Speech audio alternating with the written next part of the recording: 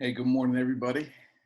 Happy Tuesday to you. Just wanted to give you a quick morning message here. Just got done my morning walk, and you all were on my heart, and I was thinking about, um, you know, the, that these times during, a pandemic and almost like crisis responsive teaching, it made me realize that leaders are not developed in good times, right? And leaders grow in times of uncertainty.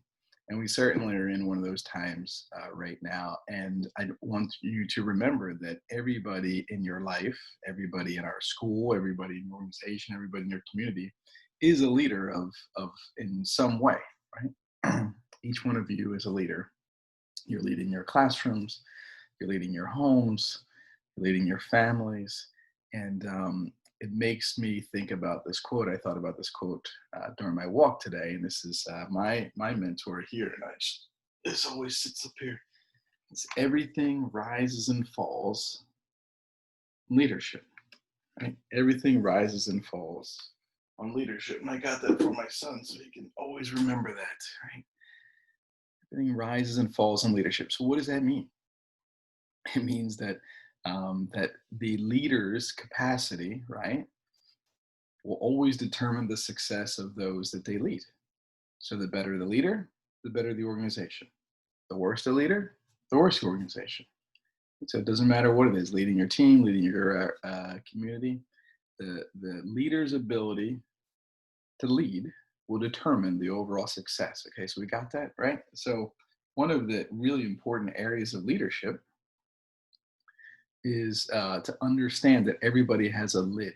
There's a leadership lid. Let me just quickly explain what that means. It means that if a leadership scale of 1 to 10, right, and ten's up here, and you're a five, okay, so if ten's here and five's here, you're a five at leadership, right? You're a 5 out of 10. That means your organization, your team, will never get above a four because you're the lid, you're the cap.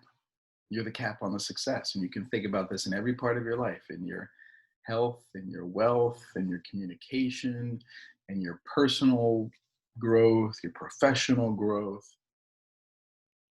You are the lid on your overall success, right? Because everything rises and falls with leadership.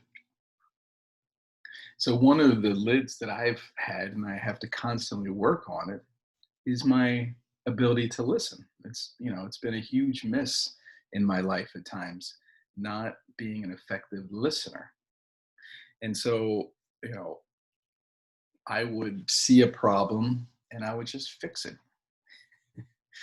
I'm a fixer, I'm a doer, and I wouldn't listen to what the problem was, right? I had already made up my mind that the problem was either with the person or the process or, whatever they were trying to get to or the program. We would just fix it.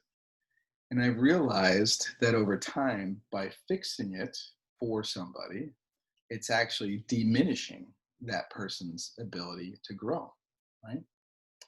So, and as a result of that fixing it, that was actually a form of dysfunctional leadership. You see, the difference between an effective leader and a dysfunctional leader is an effective leader sees more and they see more before. And they use this 3L process. They listen, they learn, and then they lead. Okay, listen, learn, then lead.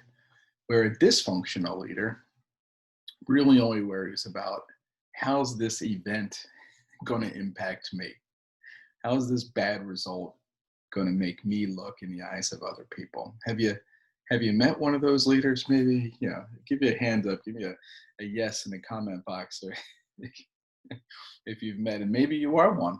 I was one of those at times, right? I'm still trying to grow out of that in many different ways. So remember, an effective leader sees more and sees more before, and they listen, learn, so they can lead.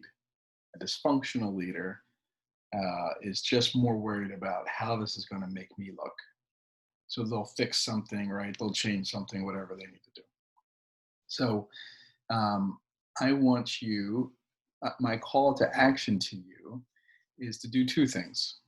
is to identify where it is in your life, your classroom, your role, your team, your community. Do you need to listen more so you can learn and lead? And then in the chat box, right now, yesterday I asked you to start a new thread, and you did it. You did it, in y'all staff, and I couldn't find it, but then I saw it later. I think Amy pointed out to me. Well, thank you. So I want to be able to see this thread. So I don't know, tag me in it or something. I don't know how I need to see it. Tag me in it or create a whole new thread. Like, where are we not listening? Where am I not listening to you?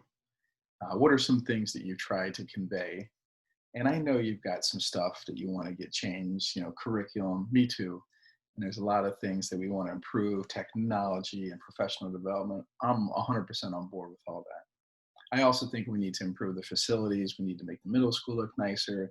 We got to clean it up. We got to paint it. We got to do some things to really get that a facility looking good for when kids come back. So, but in the thread, I want you to write, where are we not listening? Okay. And then so you'll write two things. Where are you going to improve your listening? And where do we as a team need to listen more to you? So thanks for being such great leaders. Continue to listen so you can learn and you can lead more effectively. And I look forward to seeing your chats and getting a chance to hear you. Have a great day.